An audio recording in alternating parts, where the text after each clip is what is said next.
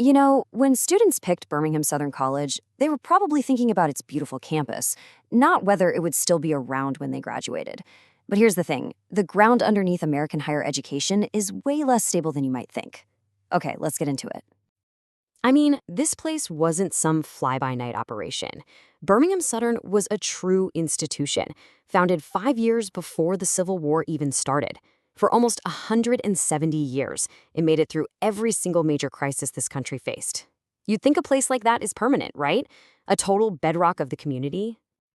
And just like that, it was gone. Can you imagine? Their nationally ranked baseball team was literally stranded mid-tournament, playing for a school that, poof, no longer existed. The sudden collapse of a college that old isn't just a sad story. It's a huge warning sign of a much bigger problem. So to really get what happened here, we've got to look past the obvious stuff. There's this unseen threat that's been quietly building for over a decade. Now, your first guess might be that people have just lost faith in college. And yeah, you're not totally wrong. Public confidence has absolutely tanked. Look at that first bar. It dropped from 57% all the way down to 36%. That's a huge drop. But here's what's really wild. Look at the second bar, the enrollment rate. Even with all that skepticism, the number of young people actually going to college has barely moved. So this crisis isn't really about students deciding not to go. So, okay, if it's not that people don't believe in college anymore, then what in the world is powerful enough to shut down a 168-year-old school and put hundreds more on the chopping block? And boom, there it is. This is really the heart of the matter. The problem isn't about convincing people to go to college, it's that there are literally fewer people to convince. For colleges, the pool of potential customers is about to get a whole lot smaller. Okay, let's connect the dots here. This whole thing started back with the 2008 Great Recession.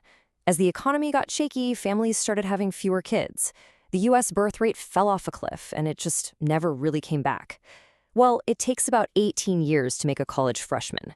You do the math. 2008 plus 18 years, that lands us right in 2026. So starting next year, that smaller generation starts applying to college, and experts are predicting a 10% drop in enrollment in just the first 5 years. But wait, a smaller pool of students? That's only part of the puzzle. That same 2008 recession that drove down the birth rate also totally wrecked the financial model for most colleges, and it basically made them a sitting duck for this demographic shock.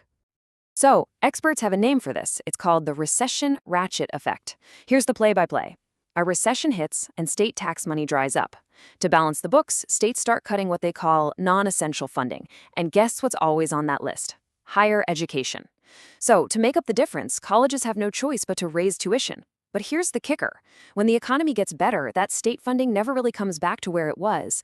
The cost has been permanently ratcheted onto families.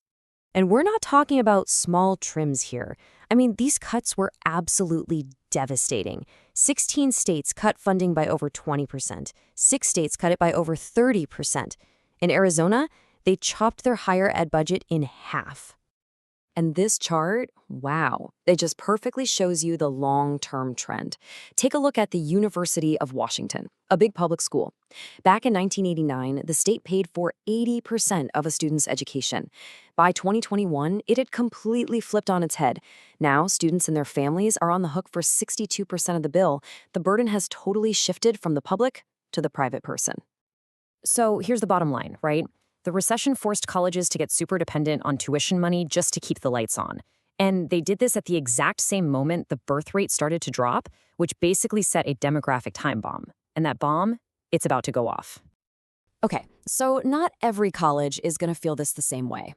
The whole market for higher education has really split into two totally different camps. And you got to understand this divide to see who's really in trouble. Think of it like this. On one side, you've got your sellers. These are your Harvards and Stanfords. They have these huge national brands. They're incredibly picky about who they accept, and they can basically charge whatever they want. Then you've got the buyers, and honestly, this is most schools. They have a more local reputation, they pretty much accept anyone who applies, and they absolutely depend on that tuition money to survive. Get this, a whopping 2/3 of all colleges in the US are in this buyer group. They accept almost everyone who applies, simply because they have to. And these buyer schools, they tend to be really small. 3/4 of all colleges in the entire country have fewer than 5,000 students.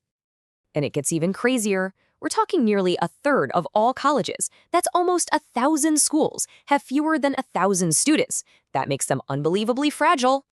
I mean, just think about that. For a tiny school with maybe 250 freshmen, losing just 25 kids to this demographic cliff, that's a 10% revenue hit. Just like that. A few dozen students can literally be the difference between staying open and closing down for good. Okay, so what does this all mean for you or for anyone you know thinking about college? It means we all need to start asking some pretty tough questions that we used to just take for granted. So if you're looking at one of these smaller regional schools, you kind of have to be a detective now. You got to check its vital signs. For example, look up their numbers. Has their enrollment been kind of shrinking for a while now? Are most of its students from the same town or county? And what about a safety net? Is its endowment tiny? If you're answering yes to these, those are some serious red flags that the school is at risk. And look, this isn't just some what-if scenario. The experts are already sounding the alarm. One firm thinks that over 500 four-year universities are at serious risk of closing their doors in the next few years. That's more than 1 in 5 schools. Which brings us all the way back to that one question. The one students at Birmingham Southern probably wish they'd asked. It's a question that, for the first time in a long, long time, anyone thinking about college in America now has to take very, very seriously.